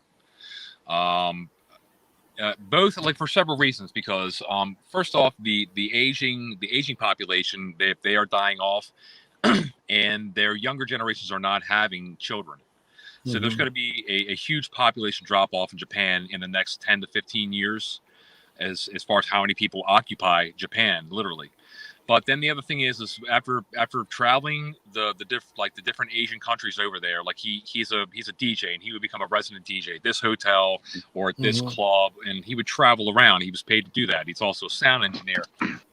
He realized, he says, we're parked. Our neighbors are Russia and China and North Korea. I don't like the fact that they're so close and they're so angry anymore. And I said, what is this going to be like? Eventually, like, China comes back and pays Japan back for what they did to Ip Man. I don't know if you watched the you talking about Ip Man? I don't know what that is. Man. So back in the 1910 or 1920s or 30s, Japan invaded China, and they did horrible things. Like, you talk about war crimes in World War II. What Japan did to China at that time was pretty grotesque. And and look how small Japan was, but they were able to amass through their government an army that was easily able to topple many of the cities and many of the towns over in China, and they just kept on sweeping forward. And it took a long time for a people's resistance to be formed and to come back. But there was a lot of damage done. A lot of people were killed, and Ip Man himself was basically forced into. You talking about the IP Man? It's not IP Man. It's Ip Man. It's Ip. Okay. All right. I'm like, wait a minute. Where am I getting this Ip? There's something else there. Travis. Do you know the IP Man? Well, it's Ip Man. I'm sorry. It's Ip Man. I didn't know it's Ip Man. Yeah. Well, it's some pretty. Go ahead. No, obviously not as much as our guest, but yeah, I didn't know he was involved in that. I thought it was just some kind of made up character for movies. No. The Ip Man was the true instructor of Bruce Lee. That's where he learned his Wing Chun or Wing Chun, and eventually developed Jeet Kune Do, which is one of the martial arts disciplines that I chose to try and pick up, and I took some time in. But yeah, Ip Man was actually forced into slavery and into labor camps and labor forces, and was forced to endure a lot of hardships. And he actually was kind of like a beacon of hope for a lot of people. He actually kept them going where they had lost hope. He even had been, I think he got majorly injured, he was either shot or he was stabbed, something of that nature, but he's able to make it back again also. I'm losing light here. But yeah, so there's that story. So it's like he feels like, China, Russia, anybody could go and invade Japan because it's so small. North Korea still got, a stick up their rear. So he says he wants to move back to France and be closer to his family, but also be covered under the EU in general, because European Union. I thought they broke up. No. Well, look at it this way. NATO covers basically a good part of Europe, but they're not really covering Eastern Europe anymore because they've become too extreme. Things become extreme, like people and things become extreme here, and that all reverts back to like our society, their societies are all being manipulated by their governments, where they're being kept in the dark with so many things, or we're being made to believe that the other person is the bad guy all the time. Yep. When they may not be doing all the bad things. When we just need someone to point and wave the finger at, waggle the finger, you know, and that's one of the bad things that goes on in all governments. Let me ask you this. No, you're absolutely right. But think about it. And Travis, yeah, this is how we like to come full circle with everything that we discuss, right? So everything that you just mentioned, Tim, and then Travis, you know how we cover a lot of these same topics, and it's interesting to hear Tim's perspective. So, and I believe this, and I already know you two gentlemen do. Where does the paranormal fit in all of this?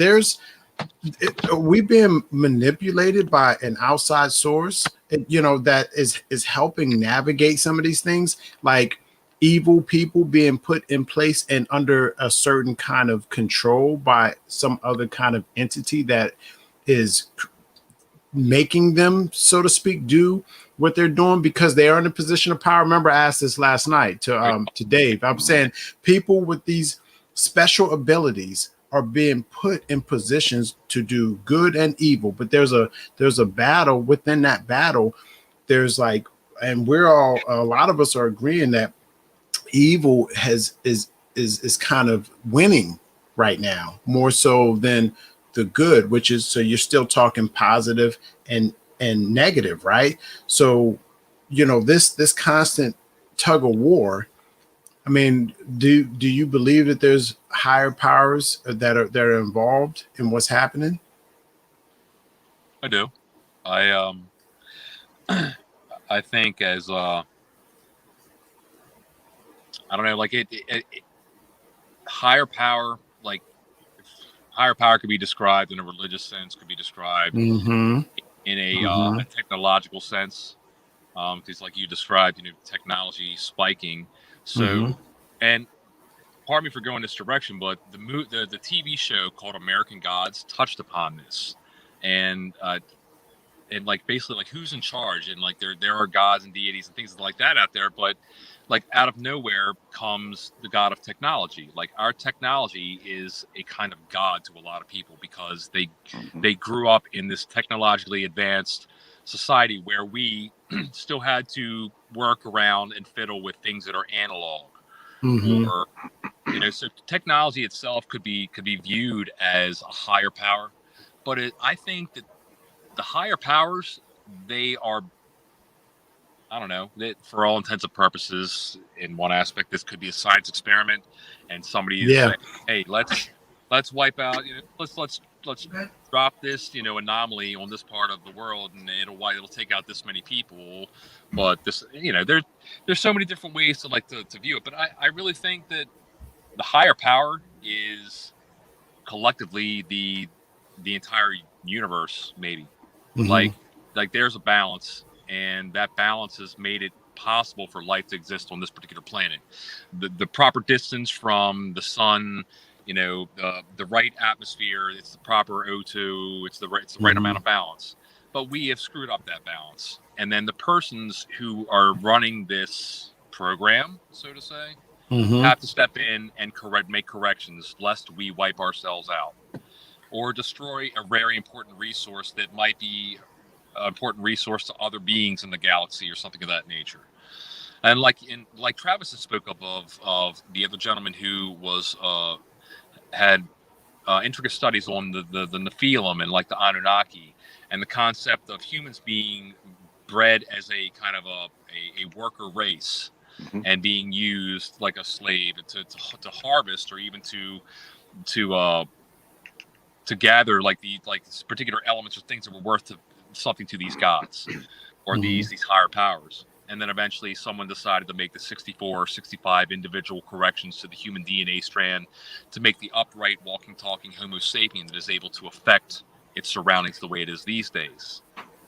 That's what I heard today. That's what I heard. What you just said is what I heard today. Travis mentions the Anunnaki all the time.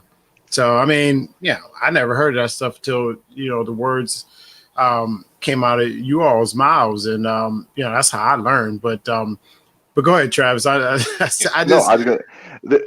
If you start researching the Sumerian civilization, their culture and their history, the implications are actually astounding.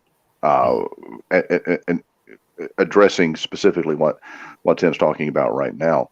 And I haven't watched the American Gods, but I know the premise behind it. We actually talked about this on an episode of Warrior Mode. One of the books that I read when I was in college was a very early Dean Koontz novel from the 1970s called The Haunted Earth, where all of a sudden in the near future, the veil between mythology and reality is lifted, and all of these deities and these mythological characters and creatures and religious characters and Zeus and Poseidon and Odin and Jehovah and Yahweh, all of them are, and Dracula and vampires and werewolves, they all coexist with humankind. And it's like it's this really interesting thesis on what would we do if everything that pockets of us believe in, if all of that were actually real, how would it coexist?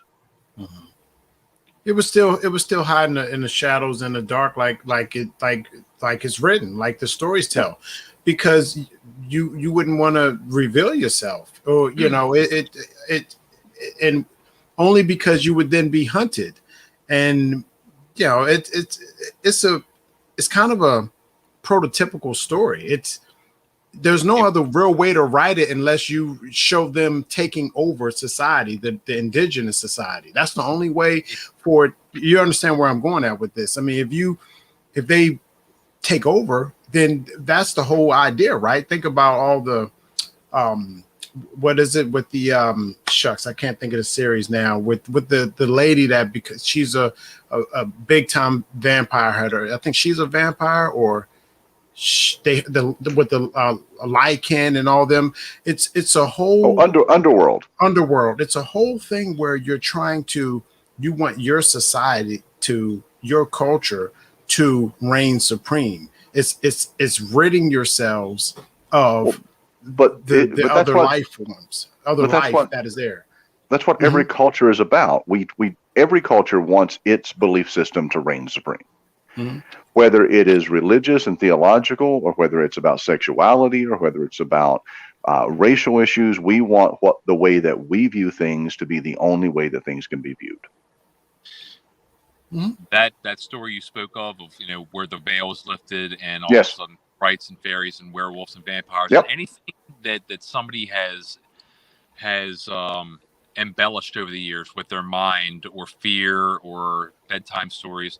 If all that really did happen, if in reality, it would be the most complex system of weights and balances for a society ever. Yep.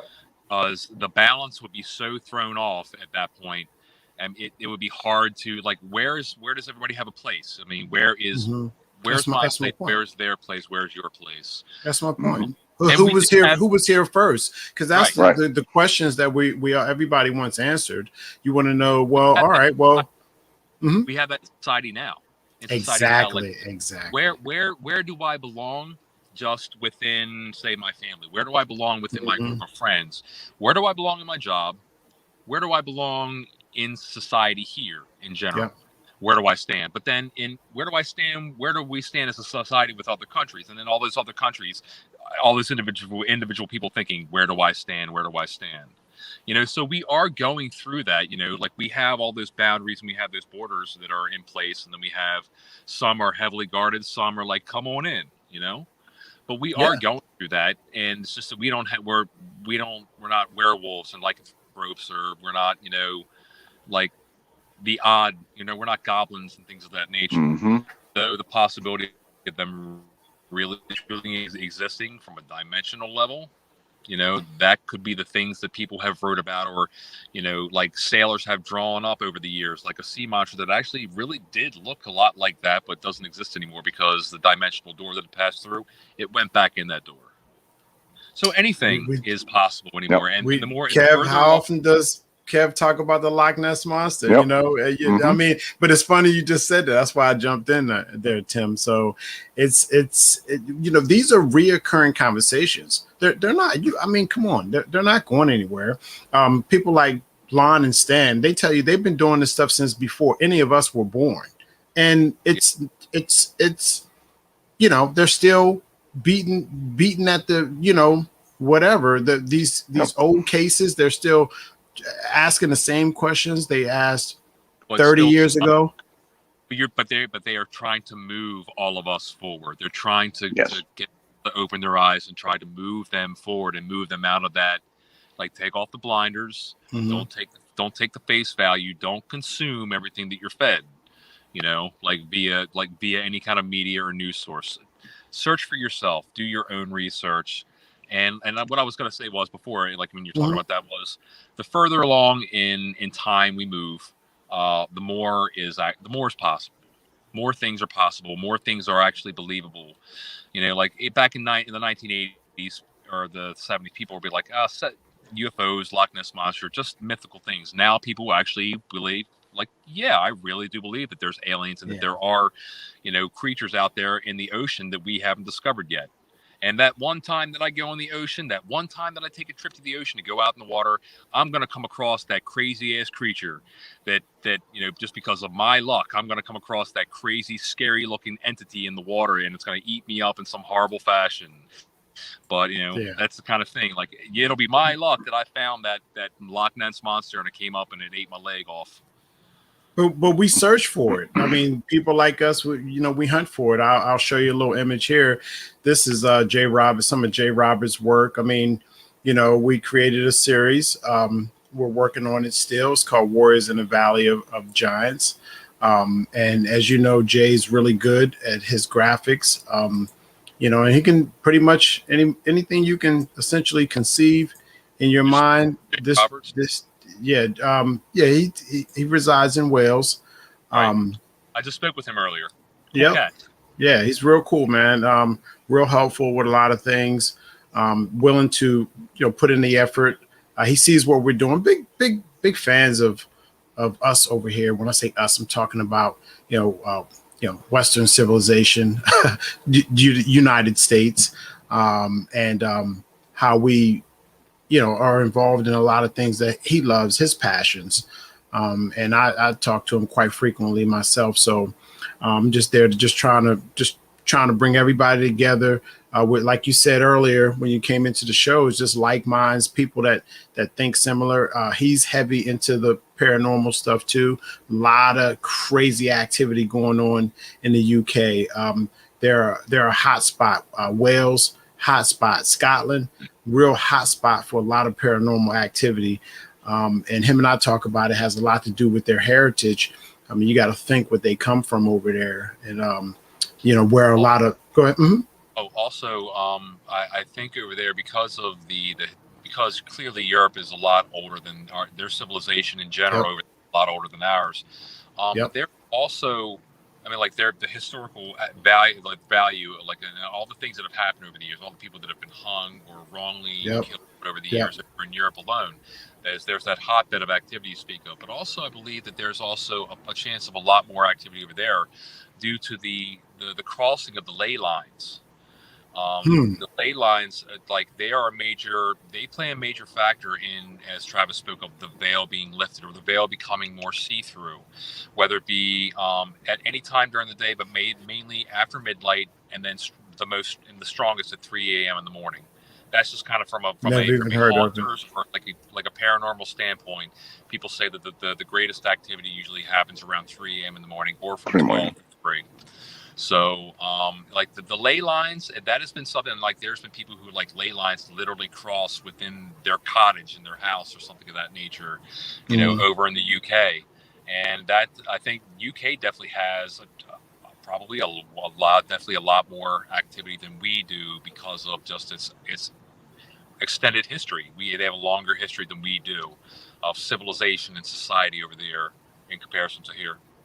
Yeah, and that's what I was telling him. He agreed with most of that, but then proclaimed that there are some other older uh, regions nearing there that's older than even the UK. And I understand that, but as far as us, being Americans and being Westerners, we understand what Great Britain and just the UK in general, like Ireland, all of it, how old, like you said, their civilization is, and how they came and pretty much conquered a lot of the Western landscape, and was, a big part of our sculpting of our history over here, like major, because, they came and, and did wreaked a lot of havoc, and was instrumental in a lot of causing of wars and continuation of wars through them being a wealthy society. They were wealthy. They had money. They built ships.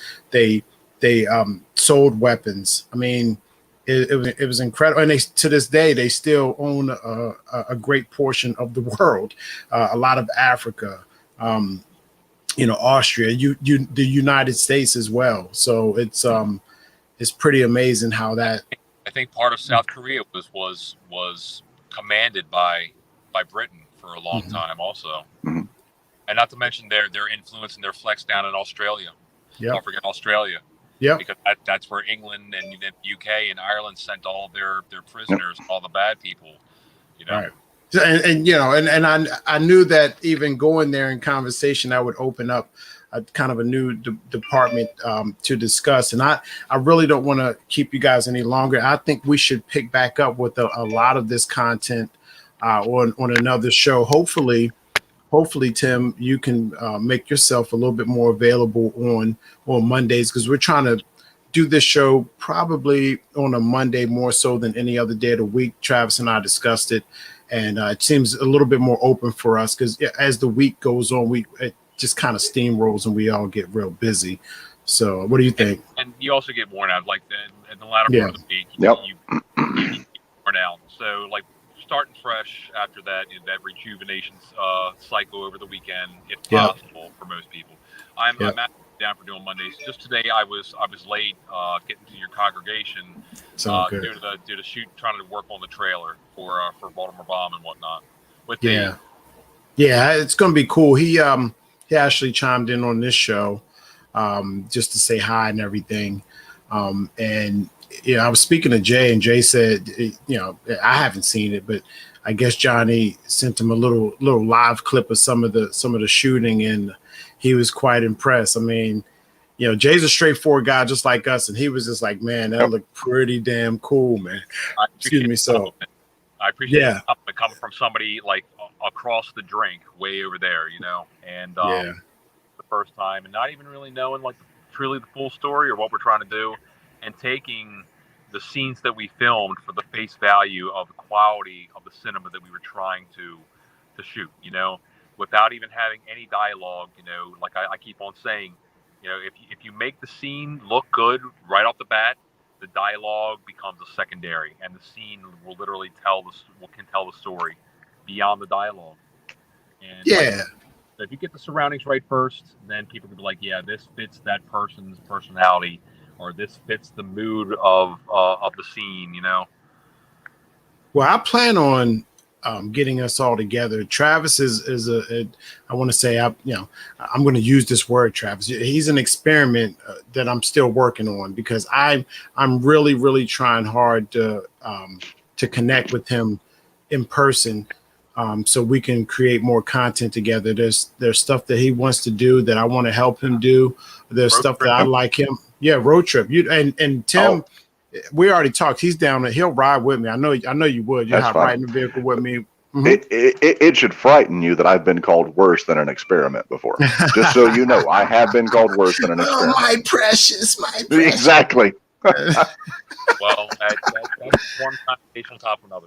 This whole thing is one big experiment. We're all experiments, and we are all like I said, we're all students, but each one of us is an experiment, because we're all different, and we Yeah. all come together like in so many ways, in the interests that we have, but each of us still are on our own path, and each time if you believe it, each time we come back, there's a little tweak in the person that comes back in reincarnation, if you believe in that, Yeah. and we become the next evolution of ourselves, the next evolution until finally we are beyond this physical form and doing a physical form someplace else. Maybe we'll be the person that is, we'll be put into the civilization that's already like, 1 million years beyond us in technology and spirituality and things of that nature. Imagine what that life would be like. Yeah, well, I'm excited. I'm wondering how many times I think about that. I'm glad you mentioned it before we close here, as far as the reincarnation. I think about it a lot. I really believe that it's probably been a few times for myself, because I sense these other presences a lot. Travis hears me talk about it a lot. Yep. But I think we all have something like that going on. Obviously, you must believe yourself because you mentioned it just now. But just as far as like this Tonight Show, if you got anything that you just want to, if who's ever watching right now, that it might matter to them what you say right now, you got any advice for anybody out there? And what should we be looking out from Tim Lidard coming up in the near future? Oh, well, all right. Well, everybody does something really good, as tiny or as insignificant as that may be. But that tiny little thing that you do is worth something to somebody else. Sorry. Make that thing work for you. Make that thing make you money. In the grand scheme of things, there's so many people on the planet. There's so many interests out there. There's so many things that people are interested in. When you hear somebody's interested in dressing up and doing cosplay, like, oh, well, I never thought of that. Like, there's a lot of things that people are really good at. Make that work for you, and help it. Let it make money for you. It'll make you money. It is worth something to somebody. You have worth. It's just it's figuring out when you're going to find that worth in yourself.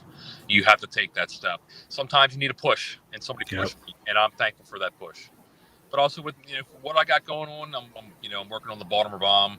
I'm still trying to gather the rest of the crew and the actors for my sci-fi horror film that I'd like to start in February of 22. Travis, I'd love for you to be involved in that as well, because you bring a certain air of knowledge and experience in the topic that the sci-fi horror film is about. And I can go into detail at another time. But I'm full forward, full 100% moving forward with trying to do something in film, whatever it may be. It could be tiny, it could be large. Just do it. Yeah. Like you said, just do it. And while you still have time, don't even start your bucket list yet. Do too early for that. Yeah. Don't even start it yet. Like, I want to make a knife. I want to make my own knife. I see the show on TV. I think it'd be badass to make my own piece of steel, to forge it, and to put time and effort and blood, sweat, and tears into something like that, and and to have that. Just like some people want to build a house. Want to build a house, want to paint a picture. Do those things. With the time that you have here. Yeah, well spoken. Well spoken. I agree with you, man. Everything you said, and I'm helping out with a lot of what you mentioned, as far as even the Baltimore bomb. Evidently, I played the mayor in this movie, so can you see me as the mayor, Travis? I can see it. I'll be ready. Don't worry, I'll be ready. I gotta get my script. Though. I need the script. Start working on my lines. But, and in the film An Imitation, my sci-fi film, he is to be a black budget mercenary, and I can see that. I can see that too. Yeah, I can see that too. I'm coming to get you. I'm finding the guys that can look the part. I'm finding the guys that have actually played the part. I'm hiring some ex-military guys. I'm hiring some police officers, things of that nature, to portray a physical element on screen, but also to try and let people know how they're dressed and why they look the way they do. That they're paid to be there. They don't want to be there. They're paid to be there. Sure. And and showing that detail and showing like how like in my script to be able to write into how some of the guys are not happy with how things are going on, and like how the higher ups are like, hey, do you want to get paid? Shut your mouth, kind of deal. Like I there's like that look you got on you. Ranks. There's a dissension in the ranks and maybe a little bit of mutiny, but that's all snapped back into place when things like fly off the handle. Hey, Travis, what you think about that look? You say he kind of looks like Jesus a little bit. He's got all black in the background, a little bit of light on his face. It's like, what the heck, man? It kind of reminds me. You remember last night when Dave Schrader was talking about Truck Stop Jesus? Yeah. That's kind of that's the vibe I'm getting right now. He's got that going. No, Tim, I would love to connect. Send me a friend request on Facebook or whatever social media platform you're on, and let's connect up. And I would love to work with you on anything that you got going on, any way that I can. Copy that, sir. Yeah, absolutely. And to you, brother Travis Short, hey, all we got to do is just pick up from last night's show. I kind of know what you're getting ready to say, but I'd love to hear it one more time, brother. What do you have to say for our audience before you cut out of here? And what should we be looking out for coming up from you? Well, every Monday night, as of right now, we'll be right here on P.M.A Media Activity. I'll be with Derek and Tim and whomever else we bring on board. Wednesday night, This is an interesting week for me. I'll be heading back. Of course, I'm in Southeast Kentucky. I'm on I-75 between Lexington and Knoxville. Wednesday, I'm traveling back to Eastern Kentucky. I spent 5 years there managing a radio station. I'm going back for a board meeting, a few other business meetings on Thursday. But Wednesday night, I'm going to be on a podcast, Facebook Live podcast called Inside the Music with Tim Michaels. Tim is a good friend of mine. He's a on-air personality for WMDJ in the city of Martin, Kentucky. He's a Nashville recording artist. He's played with almost any country singer that you could possibly rattle off. He has played with them. He's an amazing entertainer, phenomenally gifted guitarist and keyboardist and vocalist and songwriter. So he's bringing me on his show Wednesday night from 8 to 8:30. We'll be broadcasting from a place called Fat Boys. Yeah. Fat Boys is a combination biker bar, burger joint bar. So this should be all kinds of fun. I'm looking forward to this broadcast. But it also, I'm going to be able to what's that? That sounds like my kind of place, man. I know. It would be. It's going to be fun. I've got to make sure I change out of my suit from my meetings on Wednesday morning into something a little more. Who was this guy? Did James Bond just walk in here? Like, well, yeah, I showed up at a place. We did a reveal party for an outdoor concert series that's taking place in September, and it was a place in Manchester, Kentucky, called Pat's Snack Bar. And it's called Snack Bar for two reasons. One side of it is a little greasy spoon dive restaurant, burgers, hot dogs, things like that. The other side is a bar with one of the largest liquor selections I've ever seen in my life. This bar is phenomenal. Yeah. But we did the reveal. So I walked in that night in ripped up jeans, truck driver boots, a shirt, and a leather coat. And my guys that work with me daily didn't recognize me. They're like, "Who are you?" I'm like, there is another side to Travis Short. He's not always the James Bond Travis Short. Right. There's the other side to him. But I'll be there doing that. And really check out the Facebook Live broadcast on Wednesday night, 8 to 8:30. I will be sharing the link on my social media right before we go live. Yeah, I will. I'll be looking for it. Go ahead, though. But it's only live for 12 hours, and then Tim takes it down. He's in the process. He's trying to build his audience. He's building his platform, kind of like what we're doing, kind of what we've done with Bill and Kev with Warrior Mode. And it takes some time to do it organically. You can pay a lot of money and have it done for you, but it takes a lot of time to do it organically. So I'm going to be on the show. We're going to be talking about the entertainment industry. We're going to be talking about music and songwriting and everything. And who knows? Hell, we might even get into supernatural, paranormal, and conspiracy theories. I don't know. But it's just an all open format, and it's kind of like Speak Your Mind. We're just going to go on there and we're going to talk and have a good time. I get to reconnect with some friends that I haven't seen in several years since I left Eastern Kentucky. Good friend of mine, Martha Burchett, it's her birthday. I'm going to be able to see her and her husband, Randy. Happy birthday. And Randy and I became immediate friends when I was there. He told me one night, when the first night I met him, he told me to tell my previous employer, the architect, said hello. And I stopped him before I said, now, architect. Before I go and say this, I said, I need to know. I said, are you really an architect, or is that like your hit name because you're a hitman for the mafia? I said, I need to know. And he actually is an architect, a real architect. Yeah, it was just one of those funny things. But that'll be Wednesday night. Friday night, anybody that's following me on my own social media platforms or the radio stations, we will be at Town Center Park for a live concert series. We're doing 4th of July on Saturday, Red, White, and Boom in the city of London. So I'll be all over social media doing that. Just a lot of stuff going on this weekend, and then back with you on Monday evening here on P.M.A. Activity. Yeah, and might as well get it out now. Happy 4th of July, celebrating the birth of our country, our nation. I'm a big patriot, man. I mean, I know people want to shun, not everybody. A lot of people just kind of seem like they're a little on edges about the United States. I for whatever reason, I don't understand it. I mean, I get it, but you can't help where you're born. I was born here, just like you two gentlemen, and I'm just going to try my best to make the best of my life and my family's life as I reside in this country where I was born. So that it's just that simple to me. I don't try to make it more complicated. So, happy birthday, America. We'll be off on Monday. So, that's an off day. That's an off day. It's already, when I logged in, punched in this morning, they already got my holiday off on the 5th. So I'm like, all right, that's pretty cool. So it's going to be a long extended weekend, and we're going to enjoy that, man. So yeah, have fun. Make sure you share all that stuff. I know I usually get the notifications, but tag me in it or something. I'll do my best. Because I like to share that stuff. I like to, I want all of our audiences to see what's happening with these live streams taking place. So yeah, and once again, I appreciate you guys, you as well, Tim.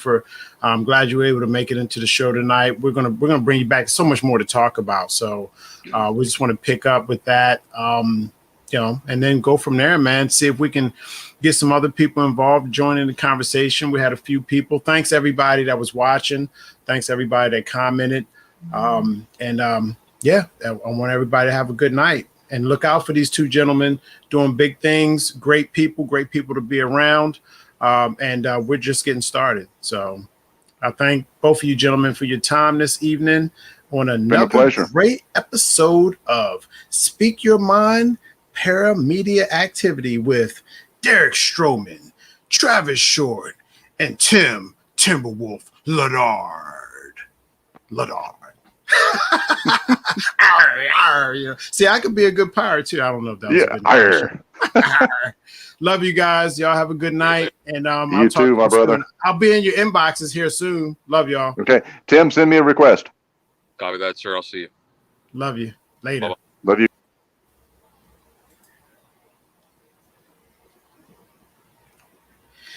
So there we have it. Another awesome episode of Speak Your Mind Paramedia Activity with your host, Derek Stroman. And it's always good to have these guys on. They're just good people. We have a lot of stuff planned for the future, but we also want to do a little bit more in helping people and hear a little bit more of your stories. Even a basic conversation could maybe help you towards at least finding some kind of resolve to or for whatever you may be going through. So I know it's early in the week still, but happy upcoming 4th of July. Be safe out there. Until the next episode of Speak Your Mind Paramedia Activity, I'm Derek Stroman, and I am out.